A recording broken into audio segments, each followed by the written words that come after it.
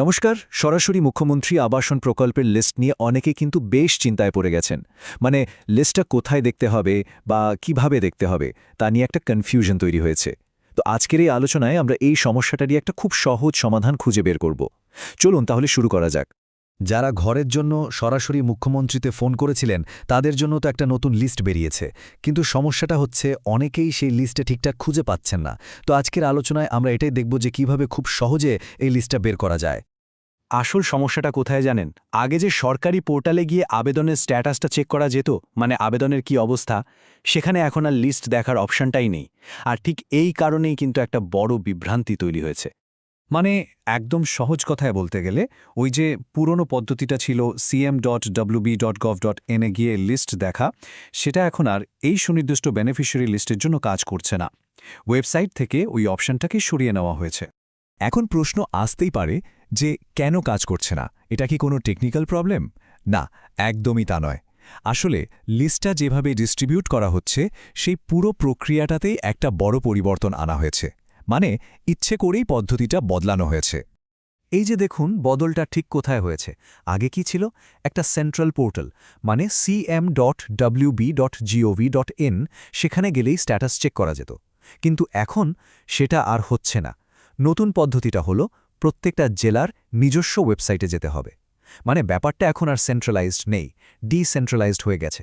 আর এটাই কিন্তু লিস্ট খোঁজার সঠিক উপায়। তাহলে সমাধানটা কি? কোথায় পাওয়া যাবে এই লিস্ট? সমাধানটা খুব সহজ।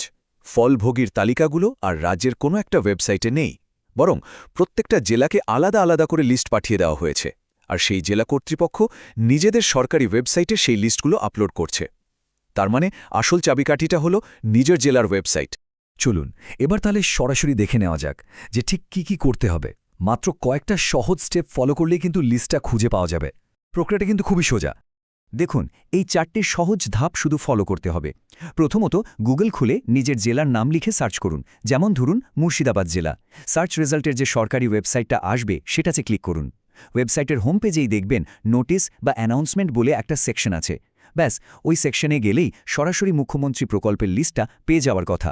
সাধারণত একটা পিডিএফ ফাইল থাকে।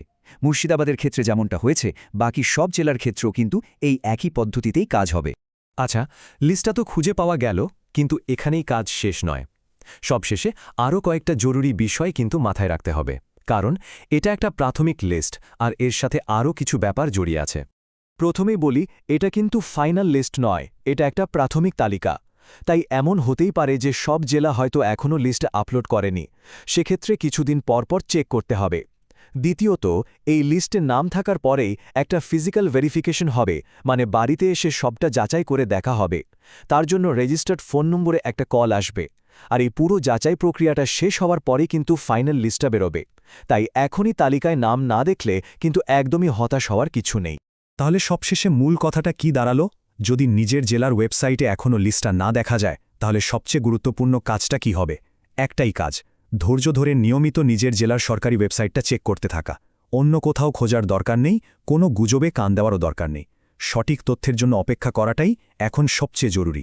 ধন্যবাদ।